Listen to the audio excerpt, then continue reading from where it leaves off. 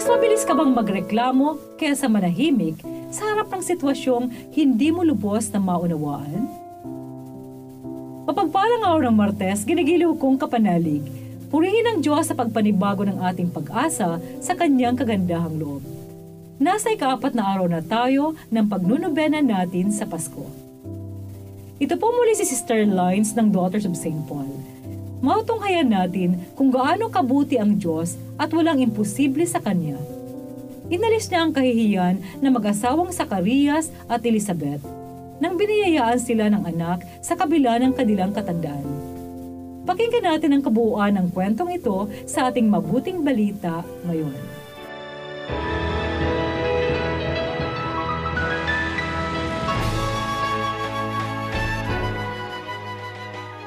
Sa kapanahunan ni Herodes na hari ng Judea, may isang paring nagngangalang Zacarias mula sa pangkat ni Abias.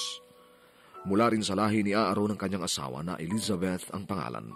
Kapwa sila matuwid sa harap ng Diyos at namumuhay ng walang kapintasan ayon sa lahat ng batas at kautusan ng Panginoon. Ngunit wala silang anak dahil baog si Elizabeth at kapwa matanda na sila. Minsan habang naglilingkod si Zacarias sa harap ng Diyos, nang torno pa ng kanyang pangkat. Kaya sa oras ng pag-aalay ng insenso habang nananalangin ang buong bayan sa labas, napakita sa kanya ang anghel ng Panginoon. Nakatayo sa gawing kanan ng altar ng insenso. Naligalig si Zacarias at sinidla ng takot pagkakita rito. Ngunit sinabi sa kanya ng anghel, "Huwag kang matakot, Zacarias. Dininig na ang iyong panalangin. Ipanganganak sa iyo ng asawa mong si Elizabeth ang isang anak na lalaki at pangangalanan mo siyang Juan. Magiging maligaya at tuwa mo siya at marami rin ang magagalak dahil sa kanyang pagsilang. Magiging dakila nga siya sa harap ng Panginoon." Sinabi naman ni Zacarias ang anghel, "Paano ko matitiyak? Matanda na nga ako at may katandaan na rin ang aking asawa." "Ako si Gabriel na nasa harap ng Diyos. Ako ang sinugo sa iyo para kausapin ka at ihatid ang magandang balitang ito. Matutupad sa takdang panahon ang aking mga salita. Ngunit ikaw na di naniniwala ay magiging pipi at makapagsasalita hanggang sa araw na mangyari ang mga ito." Nang matapos na ang panahon ng kanyang paglilingkod, umuwi si Zacarias at pagkaraan ng mga araw, nagdalang tao ang asawa niyang si Elizabeth, ngunit 5 buwan itong di lumabas ng bahay at sinabi, "Ganito ang ginawa ng Panginoon na nagpa siyang alisin ang kahihiyan ko sa paningin ng mga tao."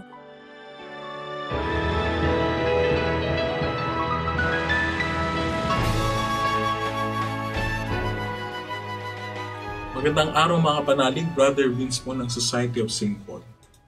Naalala ko po nung minsan ako'y nagkasakit, hindi ako makatulog dahil sa ubo at lagnat. Naiinis na ako at nagrereklamo sa Diyos sa aking sitwasyon. Tumawag ako at nagsabi sa aking ina. Sabi niya, "Hindi ba't religious ka?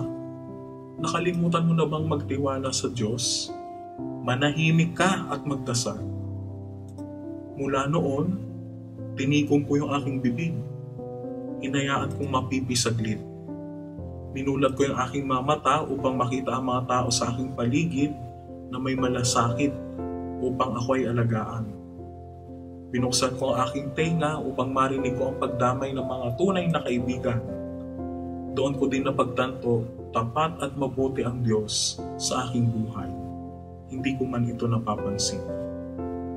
Takot, duda, pagtatanong, yan po ang nanaig sa puso ni Zacarias. Pero valid ho yun. Bakit? Matanda na sila ni Elizabeth.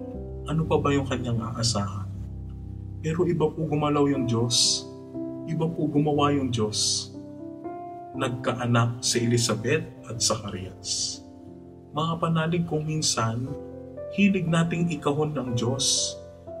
Limitahan natin siya sa makitid nating utak at puso.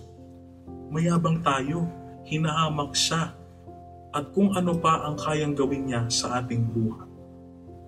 Mapawi nawa ng ilaw ng darating na Mesiyas ang dilim ng ating pagmamataas upang mabago yung ating puso. Asahan nating nariyan siya at patuloy tayong pinagpapala. kahit para bang di na natin siya nadarama o naaaninag. Sana sa ating pananahimik, mas makita natin ang pagpapala upang yung buhay natin maging awit ni Zacarias, Benedictus, ang walang hanggang pasasalamat at pagpupuri sa mapagpalang Diyos. Mga kapanalig, support Pauline's online ministry. Subscribe, like, and follow us on Facebook, YouTube, Instagram, Twitter, TikTok, Spotify, Google, and Apple Podcast. Maraming salamat po. At sa lahat na nagme-message sa amin na humingi ng panalangin para sa iba't ibang intensyon. Asahan po ninyong kasama niyo kami sa pagdarasal na ipagkaloob ng Diyos ang inyong mga kahilingan. Ito po muli si Sister Lines ng Daughters of St. Paul na nagpapaalalang salita ng Diyos ating dasalin at pagnilayan upang paglalakbay natin ngayong panahon ng Adbento'y magabayan, maging mabunga at makahulugan.